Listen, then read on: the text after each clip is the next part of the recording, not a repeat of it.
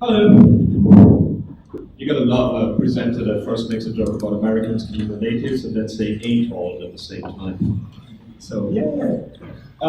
Good. That out of the way. We started with something inappropriate. That's good. I want to talk to you a bit today about apps and how they need changing. I myself, I used to work for Mozilla until last week. Now I'm speaking for myself at the moment. And I'm an HTML5 expert. I've been there since the beginning. I've been doing web development for over 20 years in one way or another. I started with BBS and then had like mail clients and all kinds of things and then websites. And then the native app revolution started, and all of a sudden we were all like, oh, what do we do? Like HTML5 needs to counter that. The web technologies need to go into the mobile space. That's why the last few years I spent my time on Firefox OS, which is an operating system built on HTML5 and targeted emerging markets. The markets that don't have the iPhones, the markets that don't have the Android phones. And I've been battling a lot of technical challenges, what can and cannot be done on the web, what can be done in native applications. So today I want to talk a bit about mobile trends. And we saw some numbers for Belgium before. I have a few numbers of the world. And a lot of them are actually quite, if you look at them from a developer's perspective, which I am, are rather discouraging. The market is incredibly excited about apps and about new phones and like, look, this phone will make you more successful than the last one because it's bigger now and has 5 cameras and 16 cores and these kind of things. And when you look at the ads, it's always these wonderful, beautiful people doing base jumping or jumping from helicopters or driving around in their wonderful cars. And that's not us, strangely enough. iOS controls most of the high-end device market. There's no doubt about that at the moment. Like it is a cultural symbol to have an iPhone. And Android is always like, yeah, it's the cheaper one. It's like in school when you didn't get the cool shoes, but you got the ones that were the copies, you know? Like if you want to show how rich you are, you have an iPhone with a great cover. And Android controls almost every other area. The high-end market, not quite, but the amount of numbers of Android devices shipped shows that as a developer, targeting Android makes total sense if you want to reach as much people as possible. Windows Phone gains developer interest, but not users, and that's kind of harsh because Microsoft is doing a massive job advertising it and trying to get it into people's hands, but it's just not fighting the other two at the moment. So if you look at those numbers, this is basically Android is the green ones in terms of unit shipments, and the others are much, much below than that. So as we said in the talk before, the market is flooded with Android devices, and strangely enough, a lot of them very cheap devices and very simple devices. But I'm coming to that in a second. And it's growing, like 36% in 2011 to 84% in 2014. And you can more or less see how all of them went away from iOS to Android, and BlackBerry just completely tanked. Which is kind of sad, because the BlackBerry said one was a nice enough phone, and for me as a web developer, the HTML5 support of it was really good as well. And the others, this is where our stuff started, that's where we tried to get into. Imagine, others were 30% in 2001, and now it's 0.7%. So the takeover by iOS and Android is very, very much obvious. 255 million units shipped, nearly 85% of the market share is Android. And that's because it's good for telcos and for OEMs and hardware providers to use Android because they have control. They can do a lot of stuff with Android that are not allowed to do with iOS. iOS is controlled by Apple, that's why it's such a high-end and has such a high-class project. You cannot make your own music player inside an iOS device, but you can do it with an Android device if you wanted to. And that leads to Android fragmentation. These are all the devices out of the market, just in this visualization study that we had there. And the interesting bit for me is like, I'm a Nexus 5 user, and I was a Nexus 4 user before that, because I get them from Google to play with. So that's good, so I don't have to buy them. But most of the users would have a Galaxy S3, which is on an older version of Android, and not have all the capabilities that I want to have as a developer. In essence, what we have is 18,796 distinct Android devices just in that survey. And that was 11,868 the last year. So just in 1 year, there's 7,000 more Android devices. Because it's an open platform, because it's easy to build something on top of Android. 43% of those are Samsung, which is quite shocking if you think about it. Like, I was just at the Samsung Developer Conference and see what's coming out next. I gave a talk about HTML5 there. And they're really, really amazing about this. They're really like, here's this device, it's going to do that, it's going to do that. And I'm confused as an end user because there's so many options there. Oh, for God's sake, really? Hello? is good. I'm going to come back to that in a second. It's actually making sense that this is, it's not making sense, but it's making sense that is implementing my presentation. Turn Wi-Fi off. Always turn Wi-Fi off to developers. 20.9% of these Androids are on KitKat. All of the others are on older versions of Android, which to me as a web developer is hell. Because old Android devices had a web view in there that's based on an old version of WebKit and not really the newest browser. So as an HTML5 developer, I don't have much to play with. And that gives HTML5 a bad reputation and says it's not as good as native applications. And now with Android L, this is going to change. Android L has an evergreen web view, so the browser inside the operating system will always get updated. So for me as an HTML developer, amazing, this is going to be good. Now, all we need to do is get everybody on Android L. I've got it because I got a Google device. The Samsung people don't have it yet. And the fragmentation, the update of Android is going downhill as well. Many people don't upgrade their device anymore, mostly because their mobile provider doesn't do an over-the-air update, or the device is too slow to actually get the new version of Android on it. Which means people have old phones with old browsers and old engines, and us as web developers and as app developers have the problem that we have to support old hardware, which is not the flying cars, beautiful people, base jumping kind of future, is it? Comparison with iOS, the iOS update is much, much better, mostly because people just buy a new phone, and that's when you want an iPhone. There's no other way to do that. But you can see the fragmentation in Android is really, really bad in the update. It's a lot of people on gingerbread still, and these are mostly old tablets that people bought when tablets came out first Christmas, like, hey, here's a $90 tablet, and you never have to update it again. And fair enough. What about developers? What do they use? A lot of people talk about development is only possible with native environments, because then you get the full access to the metal and you can do all kinds of things. The programming languages that people use in that survey, and it's a lot of people, is actually much more. Like Objective-C or Java are the two native ones. The other ones are things that people use. C# comes from a Windows environment. Other is whatever people use, Python, Ruby. HTML5 is 42%. And C++ is 26%. These are mostly game developers that just turn their games into mobile games rather than building a mobile game into a new thing. It's going to be interesting when the new numbers come out this month to see where Swift is going into this now that OS 8 has a new language going in there. 47% of iOS developers and 42% of Android developers use something other than the native language. So when people say, oh, native development is only the thing, here are numbers that actually disagree with that. What platforms do developers work for? 42% work on Android mostly and 32% on iOS, which is quite interesting because when you look at the numbers, this makes total sense.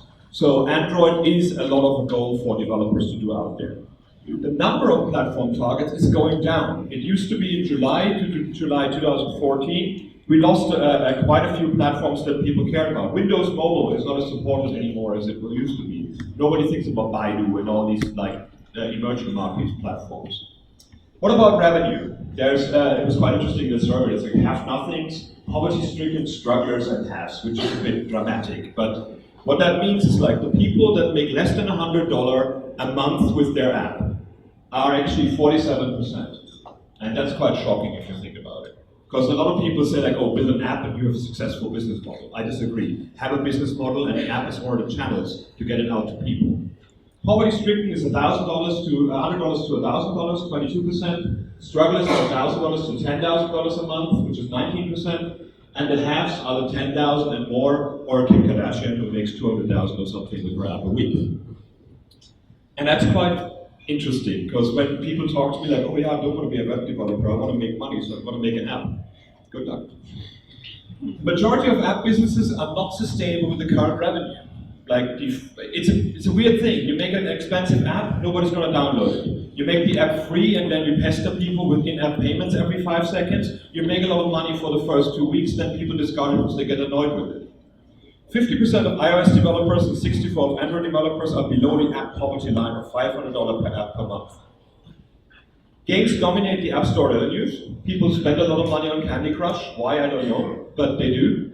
And most games developers struggle. I mean, Candy Crush is a European product. It's King in Sweden that actually built it. But they don't have only one game. They have lots and lots of games. The same way Zynga keeps telling you about the new game that you need to download while you're playing the other game.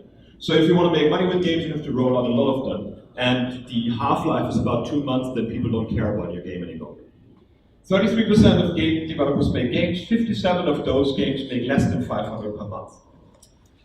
Most developers say they're targeting consumers, because that's what the ads tell us. That people download apps, people love apps. And oh, apps are the new websites, people go to those. Others target professionals, like building apps with apps and like revenue stream, these kind of things. And a few target the enterprise. That's the companies, not the spacecraft. So developers who target the enterprise actually are much more likely to have more than 5K per month. And almost 3 times as likely to earn more than 25K per app per month. So when we leave our job at the Accenture and IBMs to go into being a common entrepreneur in mobile because it's really boring, then we go back and sell apps to Accenture to make money. This is the real way of doing it right now. And I find that cool because I'm tired of computers being sold to us as this great new future thing. Computers are a day-to-day thing. I want to buy tickets with them. I want to book rooms. I want to have a calendar app that works across different devices. So why not actually build these apps for the enterprise with our knowledge that we have? Third-party tools are critical to successful app businesses. The more tools a developer uses, the more the money they make. This is like the score loop and these kind of things to make your application work. Don't invent everything yourself. There's lots of solutions out there that work. So what do apps do for us? For the first time in history, more people are shopping on mobile devices than on desktops. Shopify brought that out. And that's a trend that's going on. Now with Christmas coming, a lot of people are sitting there with their iPads and buying things on that one, or with their phones on the fly. People go into shops, look at things, put on the clothing. When they like it, they go on their phone and buy it online and put it back on the hanger. This is what's happening right now in shops. It's interesting that the app types and usage, when you look at men and women using it, every single way, health, entertainment, lifestyle, social networking, games, women use apps much more than men. The same way, women are actually more loyal, female gamers are much more loyal to games. 31% in-app purchases, 35% time, 7-day retention. And yet, almost all the apps are targeted to a male market. And that just fascinates me. Of course, this doesn't mean we should target especially making, it's an app for a woman. That's a really bad idea. But I think it's very insightful to see that diversity of users is really, really high. And I think our marketing around apps should mirror that a bit more. The time spent on users per week on the Flurry platform, which is a big games platform, is women beat men in everything there. And what really shocked me about this is that how much time people spend on playing solitaire. Really, we put 4 cores and lots of machinery into the phone so people play solitaire, really? You can use Windows 3.11 for that. And it's a trend thing. Google Trends versus learn to code, learn to program versus make apps. And make apps took off. And make apps is the cool new thing. Like making apps is the moneymaker. It's a bit like when people in 1997 had these first website makers. You like create a website without coding and you're gonna have a business model. It's the same nonsensical thing. Because if you look at how many apps people download per month, which is another ComScore research, 65% downloaded 0 apps last month. Because they already have the apps that they want to have.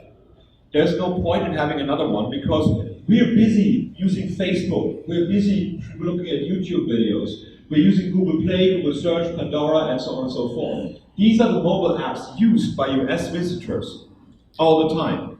And that's because Facebook is really good at keeping you in there. Like, oh, I read this one, oh, another friend has had some update, okay, I go to that one. Oh, there's an event, you want to go to that one? Yeah, cool, I go to that event. Oh, no, I gotta invite my other friends. So the apps that people use are not the ones that we actually celebrate as the big successful apps. Facebook is by far the top app with 115 million unique visitors in June. Guess who the biggest app provider is? Google.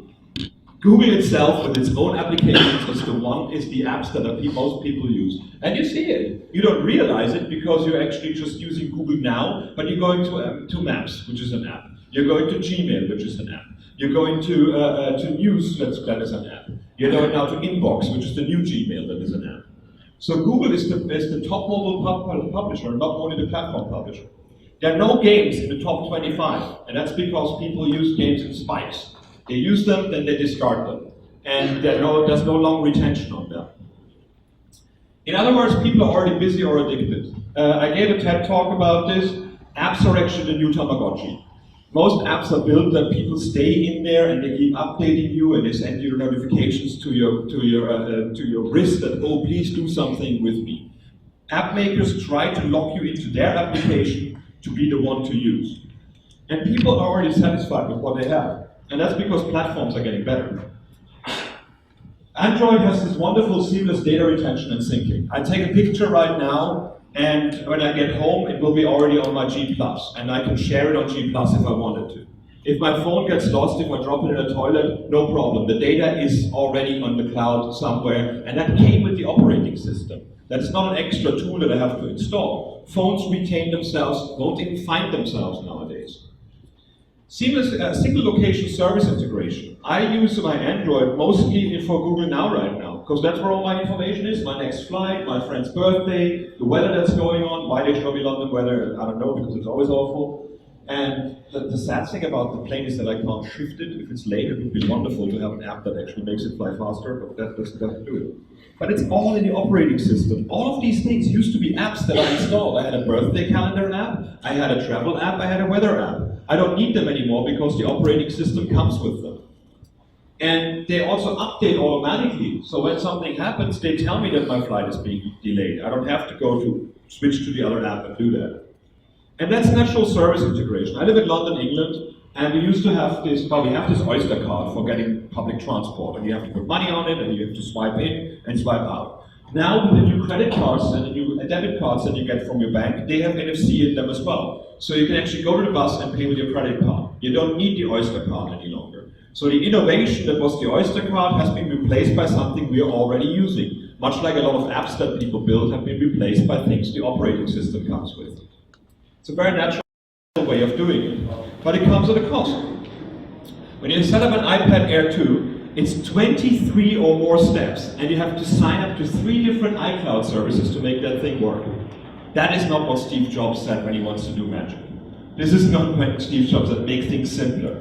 But the 3 iCloud services is where the money for Apple is in this case. On the other hand, strangely enough, Android Nexus has only 8 steps, but it has a download of 234 megabytes when you download it the first time. Which doesn't sound much, and we heard before, like, oh, on 4G it's 2 seconds to download the app. But I tend to kind of disagree. So what's next?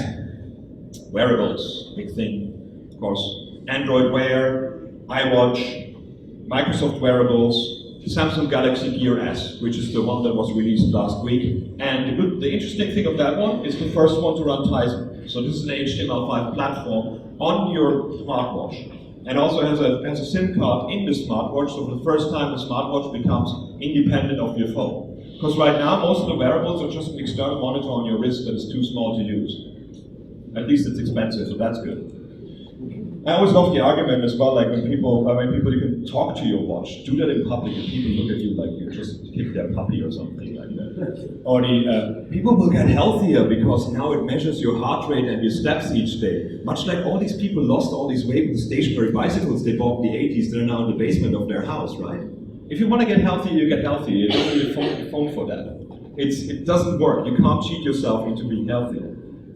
Internet of Things, smart stars, smart cars, smart TVs, smart pens, whatever will come next. And there's a lot of stuff happening in that space, and I think it's very interesting what's happening. I'm just also kind of scared about it, and we're going to have a talk after this about security. We talked about that yesterday, that a lot of my devices retain information and recording information about me. How much of that information can leak out? That's one thing that I'm wondering about when it comes to smart TVs and smart whatevers. And especially when they're not connected and they're not smart. But for you as makers, it actually means there is no screen, there's only data and messages going back and forth. Stop thinking about, I make this app for iOS in that resolution and that will be a success. The future will only be data and different displays, which for me as a web developer is amazing, because I never knew what you are using to serve my stuff. I always build for the unknown, and we're going back to that one now. The emerging markets is a very interesting bit, and that's where I spent my time the last 2 years. I went to Bangladesh, India, I worked with people in Africa, what's going on there. This is the connected devices per day. Lots of black, and I want that all to light up as well. I find computers and connectivity and internet the thing that brings people together. It should not be only the rich people in the Western world that can do it. This should all be connected. And with mobile we can do it, with internet we couldn't because cables in the ground are a hard thing to put out there. If you look at the projected numbers, the money you can make in these emerging markets is much, much higher than the Western world that is already satisfied. And it's quite interesting to see those numbers and compare them bit by bit. Like the shipment volumes in 2018 projection, 1,462 versus 376. So get ready for this new market. These are the new users. These are the ones that are not tainted yet. They're not bored yet. They want to get something new. They want to get something to bring them online. Android understood that as well. With the Android One, it's a modular phone that allows you to build an Android device for them, and it has an evergreen web view in there. And they spent about 1 billion on Android One in India alone, because they see that there is growth going on there. Apple, not so much, because it is only catering to the high-end market, but Firefox OS, for example, was only about this, and it's very, very satisfying to do things for the first time for a new market. So future strategies, what's coming? I think let's rethink our mobile strategy and apply web goodness to them. I gave a TED talk about this video here, where I compare apps to CDs. In the past, when I needed software, I basically ordered online, a CD got sent to my house, I had to put it into my computer and install it. When I didn't want to have it, I needed to uninstall it. So uninstalling and installing apps on the fly that are several megabytes to download, how does that make any sense? We had the internet already for that. It was on demand. If I needed to convert Fahrenheit to Celsius, I typed it into Google. I didn't download the Fahrenheit to Celsius app and was asked to give it access to everything on my phone and was asked to do an upgrade because there's a new one and please tell my friend about my apps. I just had the information immediately on my fingertips. And with apps, we could be making software into a consumable product and into a product that expires as well. There's always the issue with software. You cannot sell it. You cannot sell a second version of a website, but you can sell a new version of an app. So for sales, that sounded interesting. For the end user, we suffer. I don't want to download 15 meg just because you want to show me a new background image. When Facebook upgrades every 4 weeks, that annoys me. The thing is still the same web view, the same data that I have on the website. There's bugs in there that need fixing, yes, but it shouldn't be one big download. It shouldn't be an atomic download. The future won't have flying cars and limitless connectivity. This is Her, the movie, which I really, really like because it showed that the future is we're going more to computers to communicate with computers rather than humans, rather than like computers being our world. The depression is on the rise. People are not communicating much with each other because we're far too busy liking each other online or being in love with the people that we are on Facebook and Twitter rather than being ourselves. Online, offline is so not a binary state. It always cracks me up, people like, everybody's online. This was just here like a few minutes ago. I've got this wonderful Wi-Fi checker thing. This is like, okay, it's extremely poor now. 20 seconds later it was good. 20 seconds later it was excellent. And I'm like, okay, let's connect to that. That's amazing. I really want to go online now. Oh, now I have to find my room name and my last name and I have to do these things. How depressing is it to find this wonderful open wireless that then asks you for all kind of information to get in? And it happens all the time. I live in England, London, the place where everybody goes, where the magic happens, Silicon Roundabout. We don't have any connectivity on the train. When you go on trains, people just play games. It's not the cool smartphone is not the productivity device that we tell people. It's a thing to waste time on. Because games are the only apps that work offline. All the others are just very badly designed apps that need to connect all the time to get information. If the thing is a 20 meg download, it should work offline. Why should I be online to use something that is already massively big on my device? Doesn't make sense to me. So build apps that deliver. Do work offline. The offline first use case is going to be the biggest thing in the future. We think connectivity works, but wireless and cables in the ground, and weather and people not connecting enough or not paying their bills is against us. I'm traveling all the time. I have 12 different SIM cards for 12 different countries, and all of them are data traffic. So like after 20 meg, it becomes slower and these kind of things. So think about making your app be as offline as possible, and give it to choice to the user to say like, oh, you're on wireless right now, do you want to download the data for the next 3 steps? Or do you basically just want to connect later on? Give people a chance to retain things on their device rather than asking them all the time to go. Because the other problem talking to a wireless that doesn't work is that it eats your battery really brutally. And your battery life is something that is not fun to get rid of because we cannot charge from the cloud yet. Do interact with the platform, payment and login. Don't ask me for yet another login for your bloody app. I have so many logins floating around that I don't know the passwords anymore. I'm on an Android device. I'm already logged into Google. Please use Google to let me log into your app. I say with an iOS device. The user is already known. Don't ask them about more things. Payment is an interesting one. Flip in Sweden, I was there yesterday and tried to get my ticket to the airport. It's at £10.50 for the ticket, and I only can pay with SMS. I want a call-by-call SIM card in Sweden, which has £5 on it. So if I bought a ticket for £10, it wouldn't work. But I downloaded a 20 meg app that just told me then afterwards, like, oh, you cannot pay with a credit card, because that's obviously not what people do. Just tell me up front that you only take SMS payments, then I don't have to download the app. Don't ask for more than you need. So many apps want to have access to everything, and sadly enough, people give apps access to everything. That's why there's malware, where like a puzzle game downloads and calls a 0900 number in the background and things like that. But just don't ask me when you don't need it. So many. I love, for example, the Eurostar app that I downloaded. The first thing was like, I don't need anything. All it is I get a PDF of my ticket that I bought, or a search with their web service to actually find the thing. Works offline to a degree because it's HTML5, so IndexedDB gives you 20 meg of data, all kind of things. But it doesn't ask me to like share with my friends, get access to my address book, because no, I don't want Eurostar to send my friends tickets. I want to do that if I wanted to. Do use the technology that delivers the best results. So when you said earlier, like, oh yeah, he's going to hate everything that I say because the web guy, I think the future is right now, because of the state of iOS and Android, in hybrid apps. So have your scrolling, have your buttons with native controls, and use a web view to do the data from the web, and the storing locally from the web as well. Use the best of both technologies to build the best app possible out there. Several web views is a good idea as well, rather than doing everything in one, so you can keep the data, keep the memory footprint of the web view low. Aim for atomic updates. Again, why should I download your full app just because you give me a new level in the game? Why can't I just download that level? That used to be a thing on the web, right? That used to be a thing on CDs, because I bought the CD that was the add-on pack. I didn't have to buy the CD that was a DVD with all the game on it again. So think about atomic updates, putting your app as a shell in there, and the connectivity and the functionality coming in as atomic updates, rather than just one thing that comes in down all the time. Because a 20 meg download is not fun when you're on a 10 meg per day SIM card like you are in Germany a lot of times.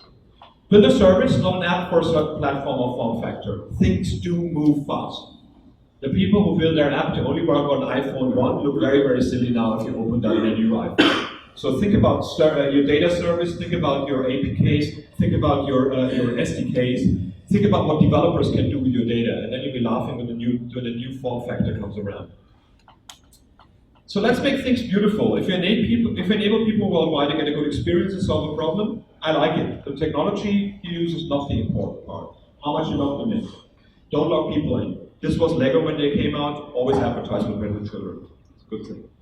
And that's all I have, so thank you very much.